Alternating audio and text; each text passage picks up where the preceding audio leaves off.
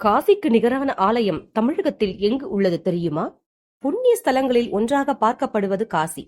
வாழ்நாள் முடிவதற்குள் ஒரு முறையாவது காசியை சென்று தரிசனம் செய்ய வேண்டும் என்பதுதான் பலருக்கு மிகப்பெரிய ஆசையாகவே உள்ளது என்று சொன்னால் அது மிகையாகாது.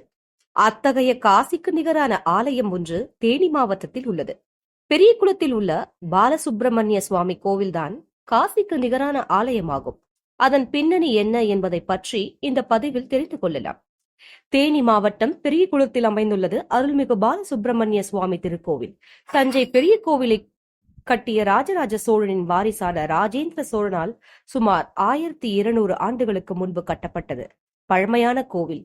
எனவே இக்கோவிலுக்கு அருள்மிகு ராஜேந்திர சோழீஸ்வரர் திருக்கோவில் என்ற ஒரு பெயரும் உண்டு. 1000 ஆண்டுகள் பழமை வாய்ந்த இக்கோவில் தொல்லியல் துறையால் மிக சிறப்பாக பாதுகாக்கப்பட்டு வருகிறது. இக்கோவிலின் இடதுபுறம் வற்றாத ஜீவநதியாகிய வராக நதி ஓடுகிறது.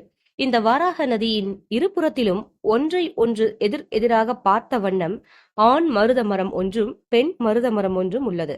அதனால் இக்கோவில் காசிக்கு நிகரான ஆலயமாக போற்றப்படுகிறது.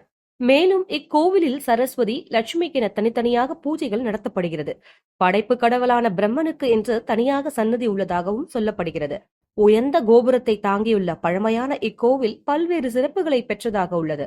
அதில் முக்கியமானது என்னவென்றால் 64 திருவிளையாடல்களில் ஒன்றான பன்றிக்கு பால் கொடுத்த படலம் என்கின்ற திருவிளையாடல் நடைபெற்ற இடம் இதுதான் என சொல்லப்படுகிறது. எனவே இத்திருத்தலம் வரலாற்று சிறப்பு வாய்ந்த திருத்தலமாக பார்க்கப்படுகிறது. ராஜேந்திர சோழன் ஒரு நாள் தனது படைகளுடன் இக்கோவில் அமைந்துள்ள காட்டுப்பகுதிக்கு வேட்டையாட வந்ததாகவும் அவ்வாறு வேட்டையாடும் போது தனது அம்பை எய்தி பன்றி ஒன்றை கொன்றதாகவும் கூறப்படுகிறது.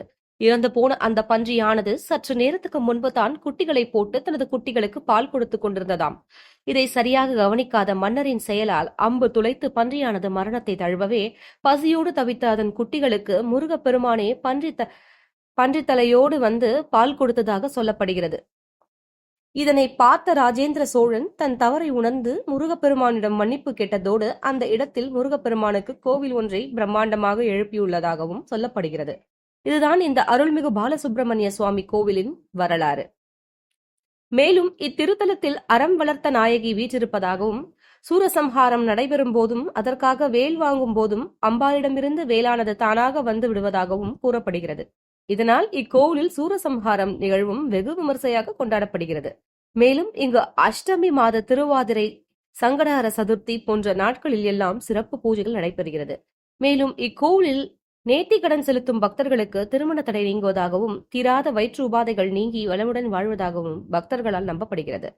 நீங்களும் தேனி மாவட்டத்திற்கு வருகை தந்தால் பாரம்பரியம் மிக்க இந்த கோவிலை கண்டு தரிசித்து செல்லுங்கள்.